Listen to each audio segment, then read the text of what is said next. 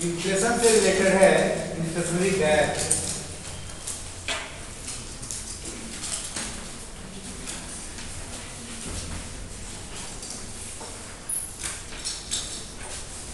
स्थितिक अंतराल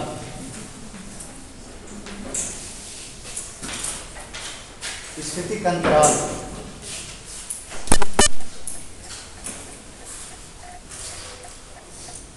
वास्तव में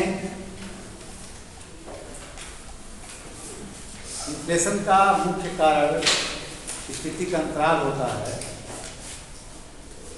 ऐसा कहा है प्रोफेसर इसने जेएम किन्स का एक कॉन्सेप्ट है इन्फ्लेशनरी गैप का।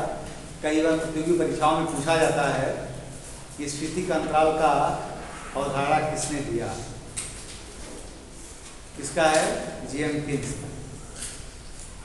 वास्तव में यह स्थितिक अंतराल का जो कॉन्सेप्ट है ये डिमांड पुल इन्फ्लेशन से रिलेटेड है।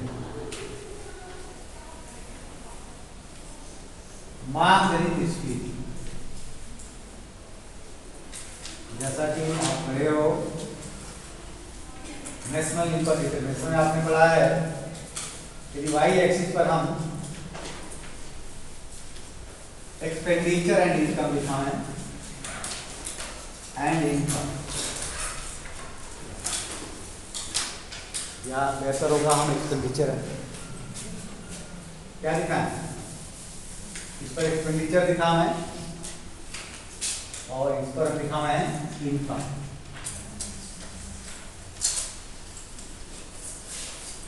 एक लाइन जो 45 डिग्री पर एक सीधी रेखा खींची जाती है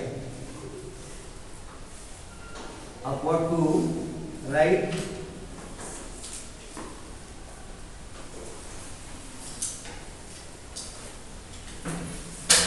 y बराबर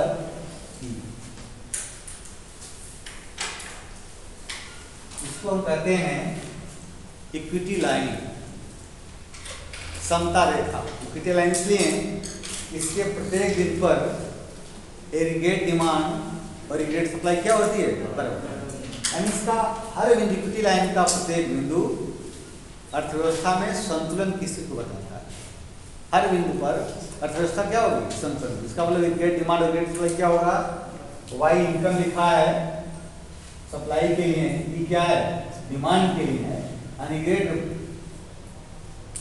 supply equal to aggregate demand. ये वाई बराबर इनकम और एक्सपेंडिचर बराबर होंगे।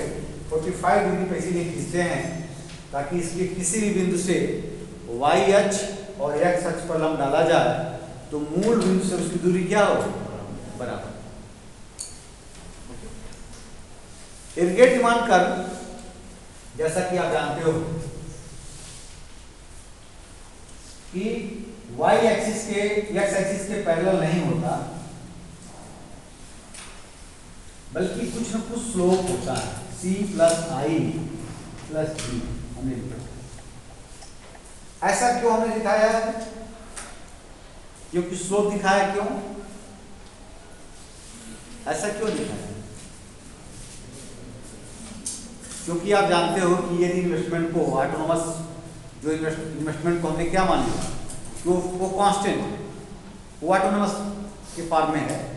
गवर्नमेंट एक्सपेंडिचर भी वो फिक्स्ड है, उसमें कोई चेंजेस नहीं हो रही हैं। तो जैसा कि हम जानते हैं कि C बराबर क्या होता है? C बराबर C0 प्लस D1। तो इनकम बढ़ने के साथ साथ जैसे से आगे बढ़ेगी, इनकम बढ़ने के साथ साथ क्या होगा? उपभोग बढ़ेगा एक कांस्टेंट रेट से। B क्या है? MPC, marginal profit to consume, MPC है।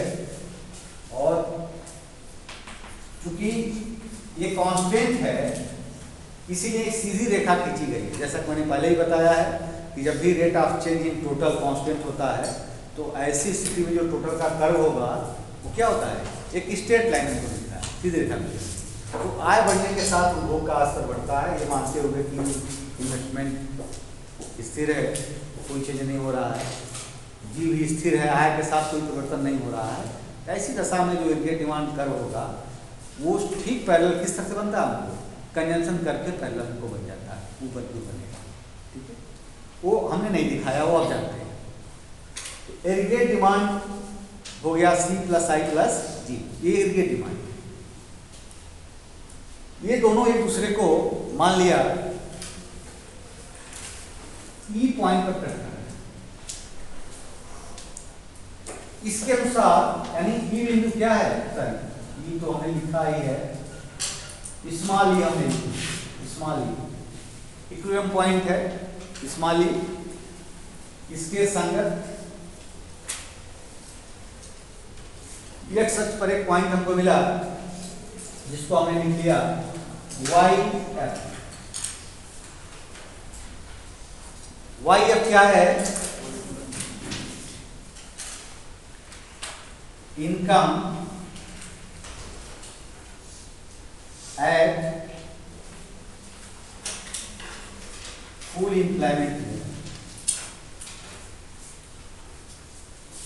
पूर्ण रोजगार स्तर पर आय, वाई एफ है पूर्ण रोजगार के स्तर पर आय, वाई एफ, ठीक है।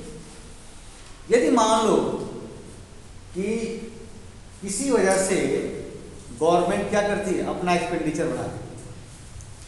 प्रायः देखा जाता है कि जो डेवलपिंग कंट्रीज हैं या सरकार जब लोगों पे आवश्यकताओं को ध्यान में रखते हुए अपने बजट को एक्सपेंड करना चाहती है, साइज ऑफ बजट को इनलार्ज करती है, तो ऐसी स्थिति में गवर्नमेंट एक्सपेंडिचर क्या होता है, बढ़ जाता है। मान लीजिए गवर्नमेंट एक्सपेंडिचर कुछ इस तरह के बढ़कर हो गया, और वो लाइन जब भी गवर्नमेंट एक्सपेंडिचर बढ़ेगा तो एग्रीगेट डिमांड का क्या होगा, ऊपर की ओर पैरेलल हम शिफ्ट कर रहे हैं।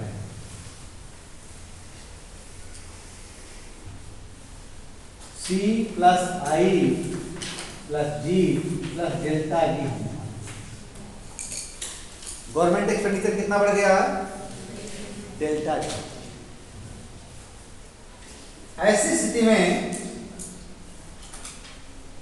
इन दोनों के बीच में जो वर्टिकल डिस्टेंस है C plus I plus G और C plus I plus G plus delta G, इन दोनों के बीच में जो वर्टिकल डिस्टेंस है, वर्टिकल डिस्टेंस हमने इसको मान लिया स्मॉल ई एच है,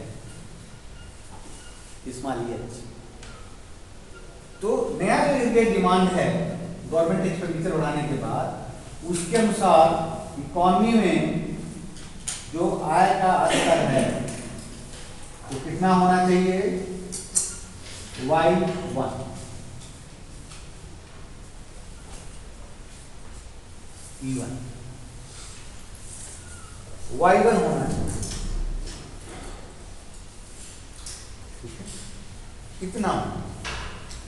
लेकिन इसका असर क्या है कि अब जो इकोनॉमी की आय हो यानी real income in terms of real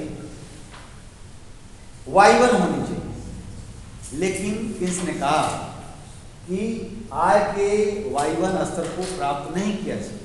क्यों नहीं किया सकता है, क्योंकि उत्पादन में और वृद्धि संभव नहीं है। किसके बाद, YF के बाद। क्योंकि YF क्या है, पूर्ण रोजगार पर उत्पादन का स्तर है, आय का स्तर है। तो जो भी एग्रीगेट डिमांड बढ़ेगी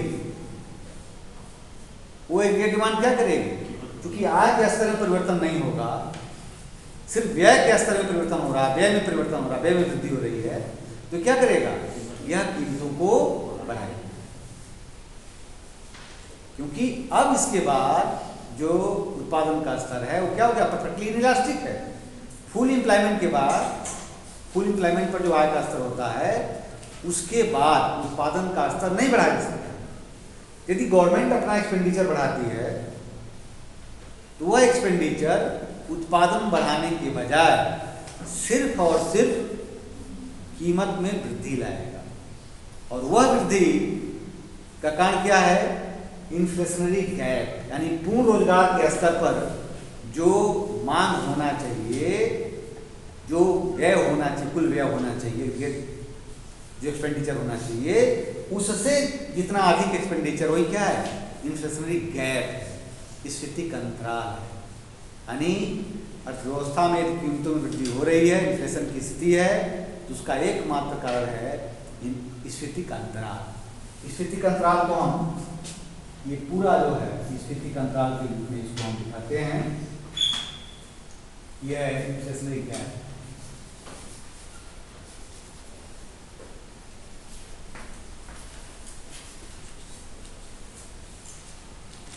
यानी पूर्ण रोजगार के स्तर पर जो डिमांड होनी चाहिए वो क्या होनी, C+I+G होनी चाहिए। ठीक है, यदि सरकार अपना एक्सपेंडिचर बढ़ाती है तो रिगेट डिमांड ऊपर की ओर शिफ्ट करेगा। ऐसी स्थिति में यदि उत्पादन का स्तर बढ़ाना संभव नहीं है, जैसा कि हम देख रहे हैं कि ये मान लिया गया कि YF क्या है, पूर्ण रोजगार के स्तर पर उत्पादन डिमांड, इससे उत्पादन नहीं हो सकता है। यहाँ कब होगा संतुलन, जबकि उत्पादन का स्तर YF की जगह Y1 हो, लेकिन उत्पादन का स्तर इतना बढ़ाया नहीं जा सकता है। इसलिए जो भी व्यय बढ़ेगा वो क्या करेगा, वो इन्फ्लेशनरी प्रेशर जनरेट करेगा इकोनॉमी में, एक स्फीति दबाव उत्पन्न करेगा, जिसको कहा इन्फ्लेशनरी गैप। तो यह जो पूरा का पूरा जो जिसकी हम बात कर रहे हैं, ये किस मार्केट से रिलेटेड है, मनी मार्केट या कमोडिटी मार्केट, किस मार्केट से रिलेटेड है? एक पूरा का पूरा कमोडिटी मार्केट से रिलेटेड हम बोल सकते हैं इसको। जो वस्तु बाजार है, जो रियल मार्केट है, उससे रिलेटेड हम बात करें। किसी को कोई डाउट इन्फ्लेशनरी गैप में? प्रायः पूछा जाता है कि इन्फ्लेशनरी गैप क्या है। तो पूर्ण रोजगार के स्तर पर जो एग्रीगेट डिमांड होनी चाहिए, यदि उससे अधिक अर्थव्यवस्था में मांग है, तो उन दोनों का बीच का जो अंतर है, वही अंतर क्या कहलाएगा, स्फीति का अंतराल। क्योंकि उसी अंतराल के बीच, उसी जो होना चाहिए पूर्ण रोजगार पर जो होना चाहिए और वास्तव में जो है, इनके बीच का जो अंतर है, गैप, यही तो गैप है। यही गैप क्या करता है, यही इन्फ्लेशन को जन्म देता है, स्फीति को जन्म देता है। ये केन्स का पूरा अप्रोच है स्फीति का अंतराल का। उसके बाद जैसा कि हम लोगों ने जिक्र किया था कि मुख्य रूप से इन्फ्लेशन के जो कारण हैं वो दो हैं। एक को हम कहते हैं डिमांड पुल इन्फ्लेशन और दूसरे को कहते हैं कास्ट पुश इन्फ्लेशन। मांग जनित स्फीति और दूसरा है लागत जन्य स्फीति। मैंने आपको बताया था कि जब भी डिमांड पुल होता, पुल इसीलिए वर्ड यूज करते हैं, डिमांड के लिए पुल और कास्ट के लिए पुश। डिमांड जब बढ़ती है तो कीमत को क्या करती है, अपनी तरफ खींचती है, इसलिए डिमांड पुल। और कास्ट जब बढ़ेगी तो क्या करेगी, वो पुश करेगी, किसको, कीमत को पुश करेगी, ऊपर बढ़ाएगी। क्योंकि जब भी कास्ट बढ़ेगी, कास्ट का पोर्शन बढ़ेगा तो क्या होगा, जो कीमत का निर्धारण है, क्योंकि कास्ट का आधार किया जाएगा, कीमत क्या होगी, पहले की अपेक्षा अधिक। तो दो कारण हैं, डिमांड पुल और कास्ट। डिमांड पुल जो इन्फ्लेशन है, जो मांग जनित स्फीति है, उसको हम दो तरह से देख सकते हैं कि मांग जनित जो स्फीति होती है उसका कारण क्या है। क्या उसका एकमात्र कारण मुद्रा बाजार है या उसका जो कारण है वो रियल मार्केट है, क्या? दोनों में बेसिक अंतर है। देखो, जैसा कि हम लोगों ने पढ़ा, जब क्लासिकल अप्रोच की हम बात करें, क्लासिकल या न्यू क्लासिकल की बात करें, और जो पूरा का पूरा क्लासिकल अप्रोच और न्यू क्लासिकल अप्रोच, वो इन्फ्लेशन को क्या मानता है, एक मौद्रिक घटना है। क्या है, एक मौद्रिक घटना है।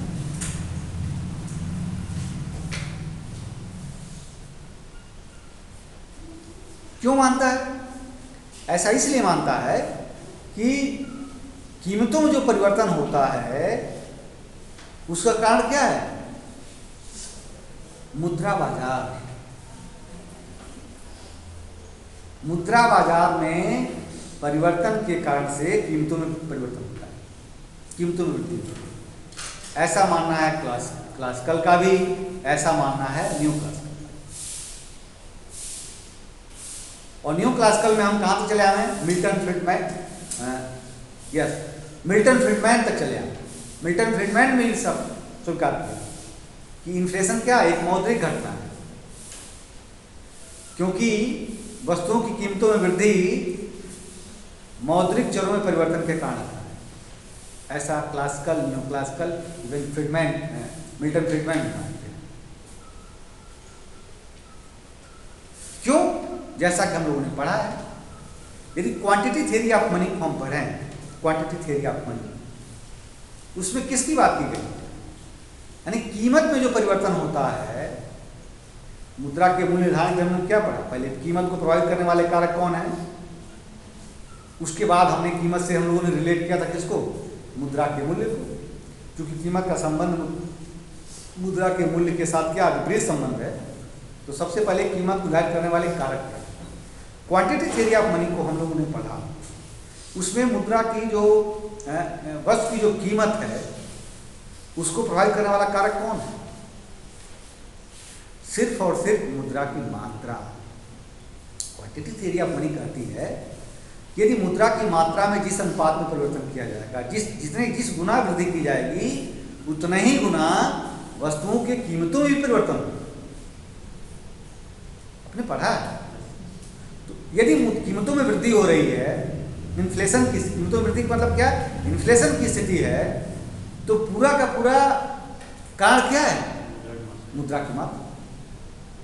आवश्यकता से अधिक मुद्रा की मात्रा यदि बढ़ाई जाएगी अर्थव्यवस्था में, सर्कुलेशन ऑफ मनी बढ़ेगी, मुद्रा की मात्रा बढ़ेगी, और जितनी अनुपात में मुद्रा की मात्रा बढ़ाई जाएगी, ठीक उसी अनुपात में क्या होगा? कीमतों में। यानी और कोई कारक नहीं है। कीमतों में वृद्धि का और कोई कारक नहीं है, सिर्फ और सिर्फ मुद्रा की मात्रा।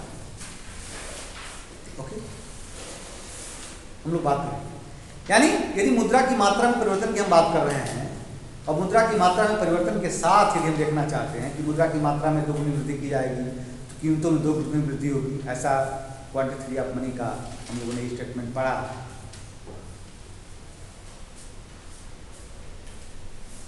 यह मानते हुए कि अर्थव्यवस्था में क्या है? पूर्ण रोजगार। इसीलिए उन्होंने कहा कि इन्फ्लेशन क्या एक मौद्रिक घटना है, क्योंकि एक इसके पीछे सिर्फ और सिर्फ मौद्रिक कारण, और कोई कारण नहीं है। यानी मनी मार्केट में जो चेंजेज हो रहे हैं, यानी पूरा का पूरा इन्फ्लेशन किससे है? मनी मार्केट से ही रिलेटेड है, मुद्रा बाजार से संबंधित है। क्लासिकल का मानना, न्यू क्लासिकल का मानना,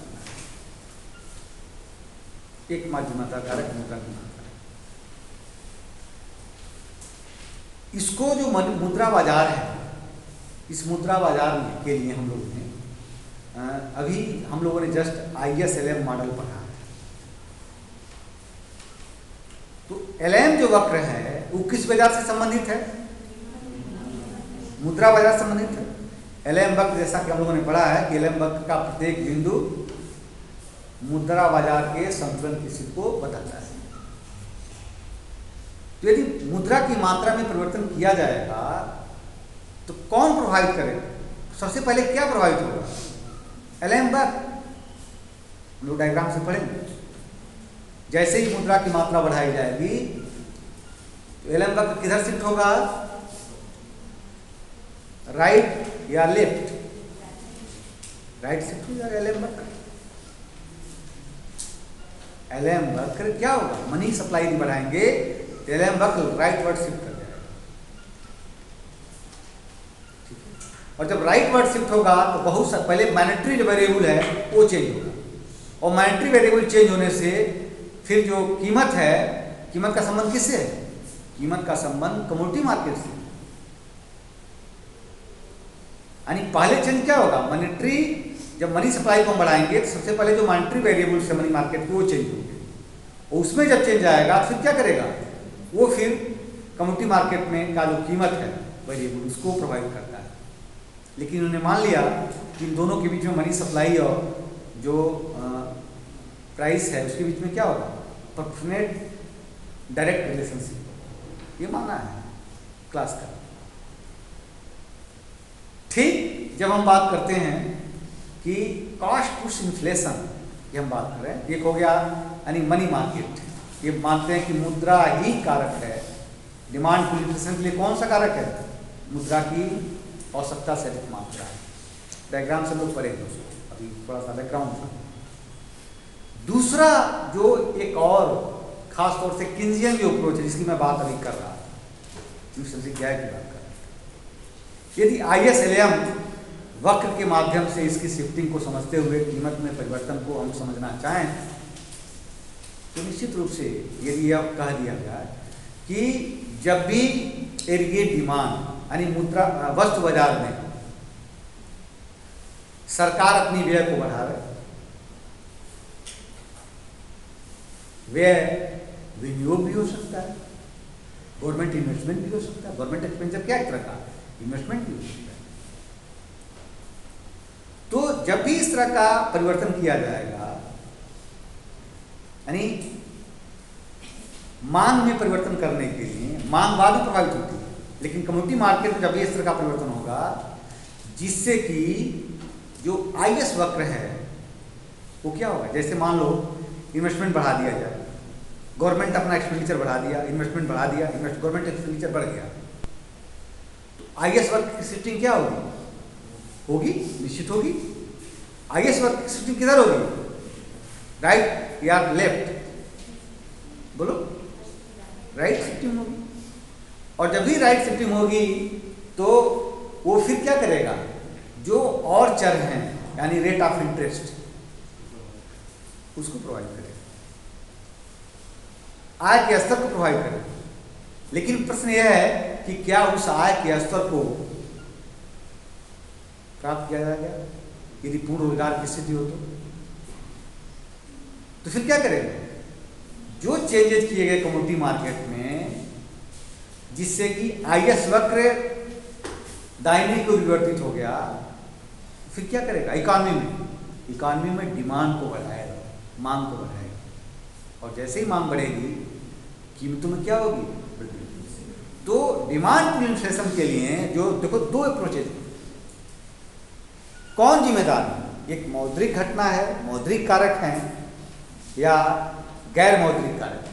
इसका मतलब रियल मार्केट से संबंधित, इसका किससे संबंधित? दोनों की अप्रोच अलग अलग है। दो डायग्राम हैं जिसमें ISLM कर्व के माध्यम से हम लोग फिर एग्रीगेट डिमांड एग्रीगेट सप्लाई, दो डायग्राम दोनों के लिए कि कौन है जो क्लासिकल कहते हैं उसको, और जो किन्जियन कहते हैं रियल मार्केट में चेंजेस होने से डिमांड पुल इन्फ्लेशन उत्पन्न होता है। इन दोनों को हम लोग समझने का प्रयास करें। इसके बारे में कल